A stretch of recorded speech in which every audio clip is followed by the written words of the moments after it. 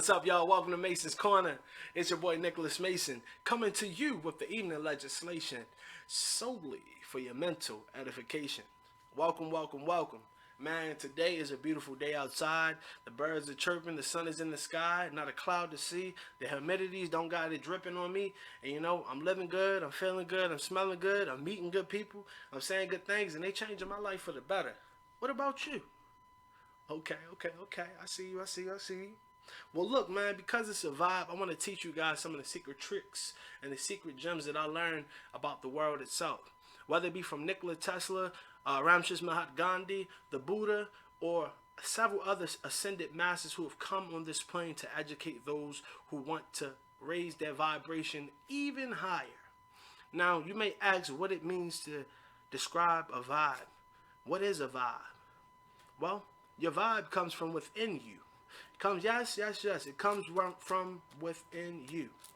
Now, the source of your vibe comes from your heartbeat.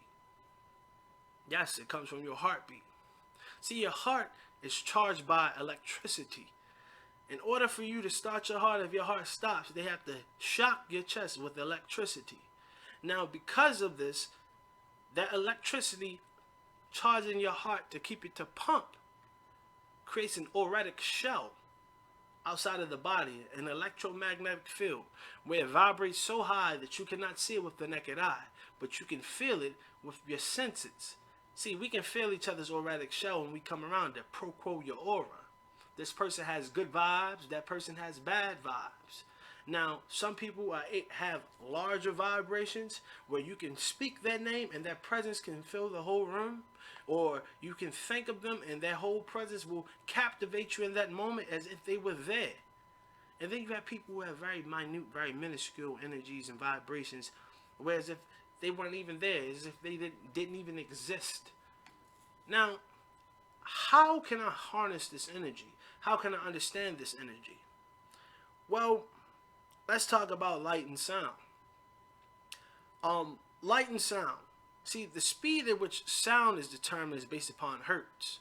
The human ear can hear from between 20 to 20,000 hertz, which is the frequency of a sound wave within a second.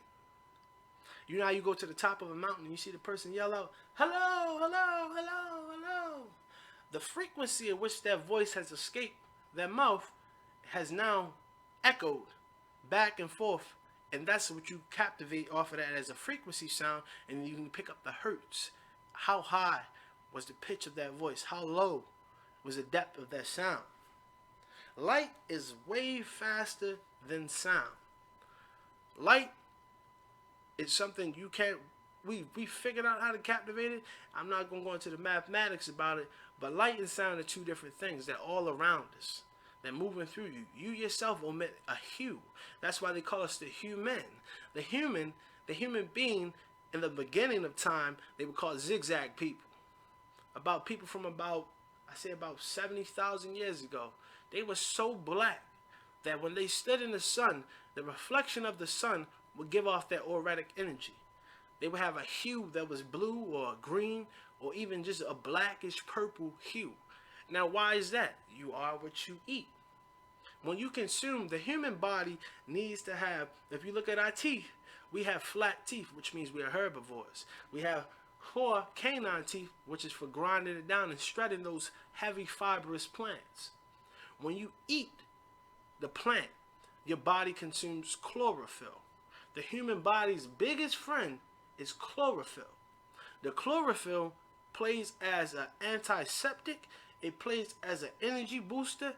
It plays as an anti-inflammatory, and it also plays as a replenisher. So when you take in a plant matter that has chlorophyll in it, dark leafy green vegetables, or something that has antioxidants, blueberries, blackberries, or something that has high contents of vitamins inside of it, and minerals, your body loves it. Your body takes it in. That boosts your energy up, like you're filling up gas into a car. We look outside today. People have been trying to control the narrative in which your energy should be at. For example, you having to wear a mask. For example, You having to stay in your house. For example, you being told that who's an essential and non-essential worker. Example, you're being told you might have to get a vaccination. Example, people are protesting over Black Lives Matter. Example, people are protesting that all lives matter. Example, people were just fighting to have some type of freedom. All that around you, those vibrations are shifting and turning and coiling, and now here you are twisting up as a pretzel inside. And the vibe is building up so much tension that you are like a teapot sitting on the stove, whistling and screaming and waiting for someone to remove you. But the water is just almost out of that tea kettle, so the pot's going to start smoking eventually. But how can we stop the tea kettle from smoking? How can we stop the tea kettle from whistling? How can we slow you down from getting out of control based upon the fact that somebody else is in control of you? It's a vibe. Well, the way you can control that, greater is he that is within me than that is within this world. You see, this is a fleshly avatar.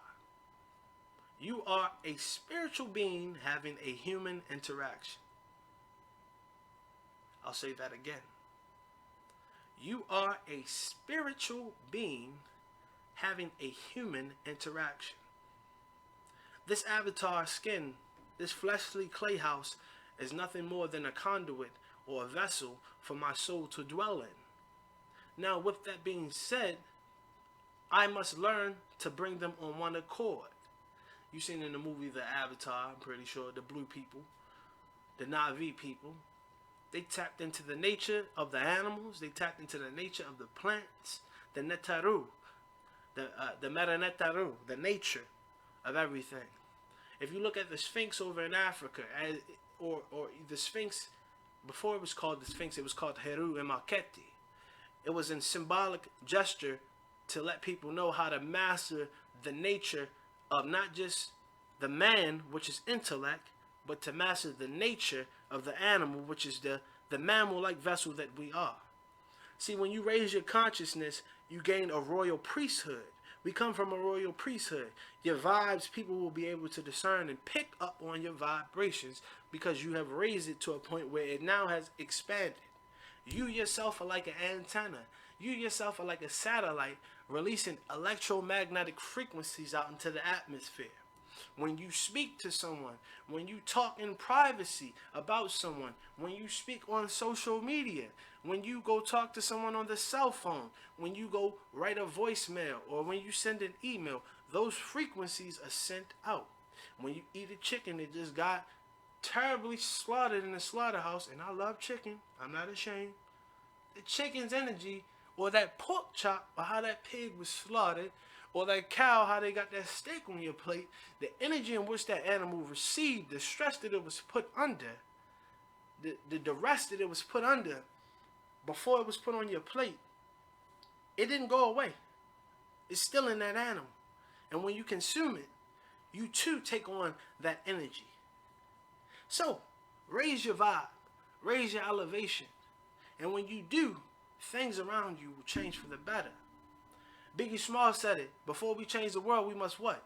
First change ourselves. Now, how can we change ourselves? Let's talk about the levels of your energy. Anatomy, on an anatomy level, speaking on the level of biology, the human body has several different levels of glands in which benefit and aid you to have a vital and to be your best self. Now, starting with these glands, on a spiritual or quantum physics level, you would compare them to your chakra gates. Now, your chakra gates or your glands are one and the same. One has an esoteric meaning, one has an exoteric meaning. Now, for your glands, the first gland is your root chakra. The root chakra starts with the base of you. It starts with your genitalia. Your genitalia houses, for females, it houses all your potential children you can give birth to. From the day you are born, you already have millions upon millions of different eggs within inside of your ovaries. For the man, once you reach a spiritual and physical level of maturity, your hormones are therefore released after they have been under a period of dormant. They are released, and you are now reached a point where you can ejaculate or produce sperm inside of your testicles. Now, how can you harness the energy of these specific items or organs in your body? For the man, for the woman, it first starts with what you eat. You are what you eat.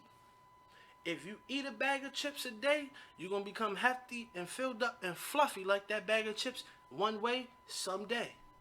But if you stay fruit and you stay grounded and you be firm like a firm root, you too will blossom and flourish like a wonderful rainforest. It all starts about what you eat. Y'all heard the saying, if it tastes like chicken, bang, bang, moving forward. But it starts with what you eat. Our teeth as human beings, we're naturally meant to be herbivores. We're supposed to eat fruit, nuts, grains, and leafy vegetables. Our number one friend that will aid us once we consume this is the chlorophyll. When we consume a plant matter, we receive fructose and we receive chlorophyll. The chlorophyll is produced when the plant goes through the process of photosynthesis. This aids us. In the beginning of time, there were only 3 colors on this plane. The first 3 things on the periodic table are what? Hydrogen, carbon, and oxygen. Hydrogen is blue, carbon is black. Oxygen produces together with the carbon, with the hydrogen and carbon mixed together, it produces a green. Chlorophyll. The process of photosynthesis happens. I'll go into that in another video. I'll go a little bit deeper. I'm just giving you the surface level. But when you control your sexual organ based upon what you eat, it will therefore reproduce a better offspring, a better seed. It also will prevent you for women from getting fibroids. Women typically get fibroids, or men get prostate cancer based upon the fact that they had a poor diet. Too much refined sugars, too much flesh, like eating too much pork, chicken, fish, dead animals. You shouldn't be eating it. I eat it still. I'm not perfect, but I'm working my way towards it. You should try it too. Try juicing for like 2-3 days out the week. Clean yourself out. It'll help you out in the long run. Shoot, my grandmama and my granddaddy lived to be 80 plus. I'm trying to live to be 100 plus. And you can do that too. Moving forward. Another way you can control your root chakra is through no fapping or practicing a state of abstinence. A lot of athletes have said this many times before. They won't have sex leading up to a big sporting event because them ejaculating or them releasing that sexual energy onto another person, their partner, draws away from that energy source. Some people think that's a myth. Some people think that's to be not so much a myth. My opinion, I think it to be true. When you have sex as a man, right before you ejaculate, and when a man ejaculates, I think personally, I'm a man. It feels better than a woman. Because the man himself, electricity is charged, pulled from his heart, down into his prostate. His prostate charges the sperm cells. The sperm cells come running out like a billion men at one time, chasing to go get that one finite seed that's in the middle of the woman. Now, for the woman, the way you can practice a state of abstinence is not, they talk about in a lot of religious contexts about not having premarital sex. Or they talk about, you practicing a state of abstinence, being a virgin. I believe, you should have some experience before you get married so that you know what you're getting into as opposed to coming in there and not knowing what you're getting into. But I'm just giving you guys the information today. Moving forward. For a woman, when she eats properly, when it comes to the time she's going to have her menstruation, and she's eating properly, she will experience some beneficial factors. She won't have cramping as much. She won't see as much blood. And also, her mood swings, her energy level will be more consistent as opposed to sporadic and going crazy. That's how you control your root chakra, celibacy. What you eat, and in the environment that you put yourself into. If you're always in a stressful environment, or if you're always in an environment that's overly sexualized, you'll draw from that root energy, and that root energy will eventually be shut off or blocked off, preventing you from getting to that next one, which is where your navel, right above your navel, is at.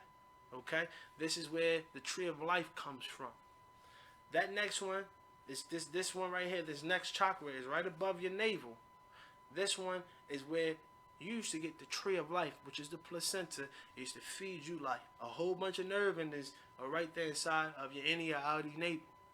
Now, in the gut is also in this area. It's another one, your sacral chakra. This has to do with your pancreas. This has to do with your gallbladder. This has to do with your liver. This has to do with your kidneys. This has to do with your small and large intestine. In this area, your gut is considered your earth. This is where the epicenter of all emotions come from, your gut. If your stomach don't feel good, your mind don't feel good, your body don't feel good. You remember when you ate that pizza at like 10:30 at night? And then you woke up at 2:30 and you was screaming, Lord help me, because your ass was on fire. It starts within the gut. You didn't know that. A lot of people don't know that what you are, what you eat is what you become. Your energy, your emotions stir up right here in your gut. When you eat something, it has to be broken down in your stomach. Once it's broken down in your stomach, that leftover energy is transmuted and filtered through the liver. Once it's filtered through the liver, it therefore goes into the blood. Then the remaining leftover energy that's left in your stomach goes through the small and large intestine. They're saturated in bile, and then you later secrete it as fecal matter. But you know this already. But what you are is what you eat. When you put the proper things inside your stomach, it will affect the serotonin, the melanin, serotonin, the dopamine, the melatonin. I'm not saying it right probably, but you get where I'm going with this. It will benefit you. If you eat a lot of flesh, like a lot of eggs and cheese in the morning, I know they tell you to eat bacon, eggs, and cheese in the morning, you're going to mess up your stomach. All that grease and fat is not good for you. In the morning, your body is from about 6 a.m. to about, I say, 12 a.m., your body is at its peak of absorption of liquids. So it will absorb. Fat is a liquid. When you break it down, that hydrochloric acid hit them eggs and the cheese and the bacon that you ate it, and that bread with the jelly on it, it turns into energy. That energy is then transmuted over into your cells. That fat, it could have been fructose, it could have been chlorophyll, it could have been water, but you want to eat that bacon, egg, and cheese. Now you're starting to feel like that bacon, egg, and cheese. The gut is very important. So what you put inside you affects your emotions. When you learn how to control first your root chakra, which is your sexual organ, and you bring balance within that, you'll then be able to bring balance into the next spot, which starts with your kidneys. Your kidneys have to do with your stress levels as well. A lot of times when people stressed out, they'll face lower back problems. The lower back problems have to do with your kidneys. Your kidneys are attached to your liver. Your liver is attached to your gallbladder, your pancreas. Everything's connected together. But first, you got your root. Then you got your next chakra coming up, which is going to be above the navel, where your kidneys are located. These glands filter out bad energy, bad food, unnecessary salt, unnecessary sugars in the body. If you don't properly protect and feed these organs, these glands, you'll get kidney stones, you'll get gallstones, you'll get sclerosis of the liver, you'll get a ruptured spleen, you'll get pancreatitis. This is all due to calcification or the calcifying, or you'll get leaky gut syndrome, or you'll get a GI infection. This all happens in the gut. If you don't take care of the gut, it's going to be a detriment to your emotions. It's going to be a detriment to your energy itself. Energy starts within the gut. Moving forward, the next one is your heart. Creating me a clean heart that I may worship. The heart is in control of your electromagnetic field around you. I talked about your auric shell before. Your auric shell is determined upon the vibes of your heart. Excuse me.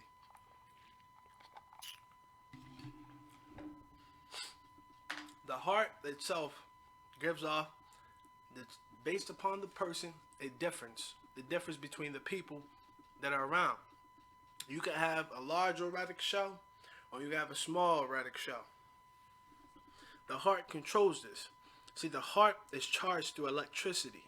The electricity, therefore, establishes an electromagnetic frequency or force field similar to the poles on the earth.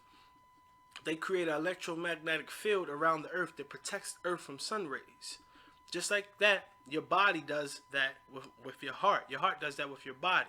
As so above, so below.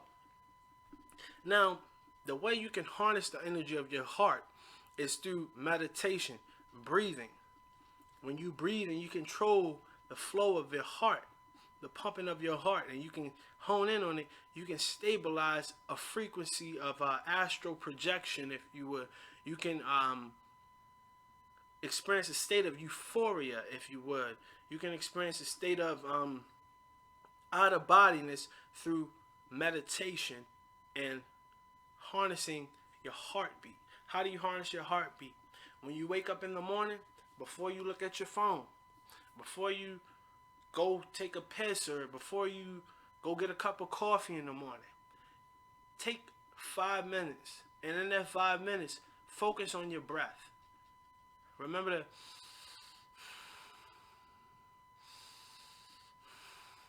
and from you hearing that, that will lead you into a state of hypnosis, which will control and allow you to tap into the sound and the frequency of your heartbeat. When those two become on one accord, you'll feel the vibration of your auric shell a lot more. The next one is your throat chakra. Your throat chakra is connected to your thymus gland, and also is connected to your sinuses. It's also connected to your tonsils. Okay? Now, this all has to do with where your sound comes from, and a big content of purifying your blood as well. Iodine, zinc, a lot of minerals are found inside of the thymus gland. The thymus gland is just a little bit below the Adam's apple for men. It's wrapped around it. It looks like a little bow tie, if you will, wrapped around the esophagus. This gland releases hormones that stabilizes pretty much your hormonal balance throughout your whole body. This is another thing. If you don't protect it, a lot of people can produce strange health conditions, whether it be from a burning sensation of the skin, or it be to the bulging of eyes. People can develop autoimmune diseases from, the thymus not being properly taken care of. And I can attest to this. I know a couple of family members of mine, and I know some friends who have been diagnosed with lupus, and that started in their thymus with their throat. But moving forward, the throat chakra also contributes to your sound, and it contributes to what you speak truth to. So if you speak truth to light, your throat chakra will always be on a good frequency. But if you tell lies and you try to hide from the real you, your throat chakra will eventually be blocked off, therefore blocking the next one, which is your pineal gland, or your third eye chakra. Your third eye gate is correlating to the DMT, which is released in your brain. See, a lot of people think that DMT can only be found if you take ayahuasca in the woods with a couple of people, a couple of hippies, or you take some toad venom or something like that. Not necessarily. You can obtain the DMT in your mind, not even when you die. They say DMT is released from your brain when you die. You can obtain DMT through high meditation or high concentrations of you just deep focusing on your breathing. Deep meditation, focusing on energy in the room. That will melt the rest of this matrix around you down, and then you will be opened up to the possibilities of what you already had inside of you the whole time. Now, the pineal gland is something that correlates to your ability to see what the natural eye cannot see. See, now a lot of people may think, what is that? Some people may think that it's evil. Some people may think it's demonic. Some people may think it's not of God. Well, the earth is the Lord's and the fullness thereof, and they that dwell therein. And he gave dominion to Adam. He gave dominion to man. And if I was created after his image and his likeness, that means I therefore too have the ability to see beyond what the natural eye can see if I raise my consciousness. Raise my consciousness, and then the rest shall follow after. When I raise my third eye gate and I raise the understanding of my third eye gate, I therefore can tap into the ability to see beyond what the natural eye can see. I can pick up on people's energies. I can telepathically communicate with someone. I can manifest a lot faster than the average human. You too can obtain this energy through the concentration and understanding of your glands, or pro quo your chakras in your body, how to clean them out. The next one after you get to your third eye chakra is your crown chakra. In order to unlock this, some people can compare this to your 8 gates in Naruto when Might God unlocked it against Madara Uchiha and he destroyed him in the 4th Ninja War. But this gate is correlating to the crown chakra, which is you being able to access the ethera, the Holy Ghost, the Holy Spirit, the energy that is always around us, the energy, the hertz of the planet, the frequency of the planet. How can you harness the energy and the frequency of the planet? Well, you have to harness the energy of your root. You have to harness the energy of your sexual organ. Then after that, you have to harness the energy of your kidneys. And then from your kidneys, you have to harness the energy of your gallbladder, your pancreas, the gut. Then after the gut, you have to harness the energy of the heart and lungs. Once you harness the energy of the heart and lungs, you have to harness the energy of the throat. Once you harness the energy of the throat and the sinus capillaries, which are here, and then you got your tonsils as well. You then can unlock your pineal gland. Your pineal gland will therefore unfold, and then once that unfolds, your crown chakra will unfold, and you'll be able to download messages and be able to understand and have deep, complex understanding of topics that you have not read a book on, subjects that you have not studied before, but through deep understanding, through meditation, you are able to pull this energy out of the atmosphere that has always been there. To my friends and family who may not agree with this, and for those of you who do have some understanding or maybe trying to go and search for this understanding, I want you to comment, like, share, and subscribe to the channel below and ask these questions, and we can dive deep into it together. But remember, most importantly, y'all, it's a vibe.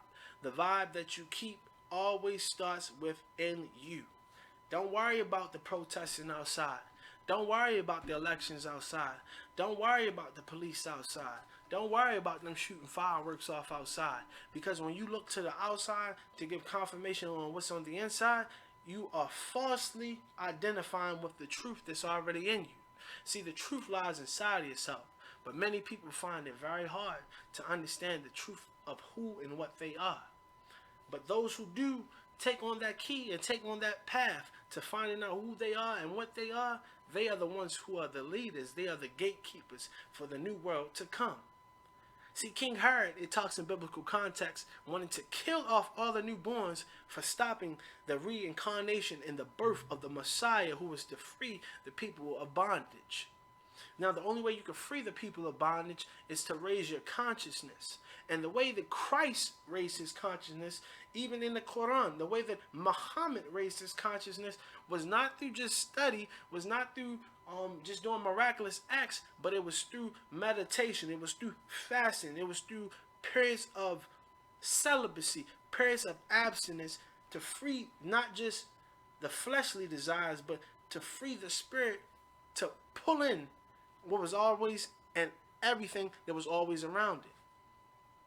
So, if you like this video, I want you to comment down below, like, share, subscribe, and remember, the best is yet to come.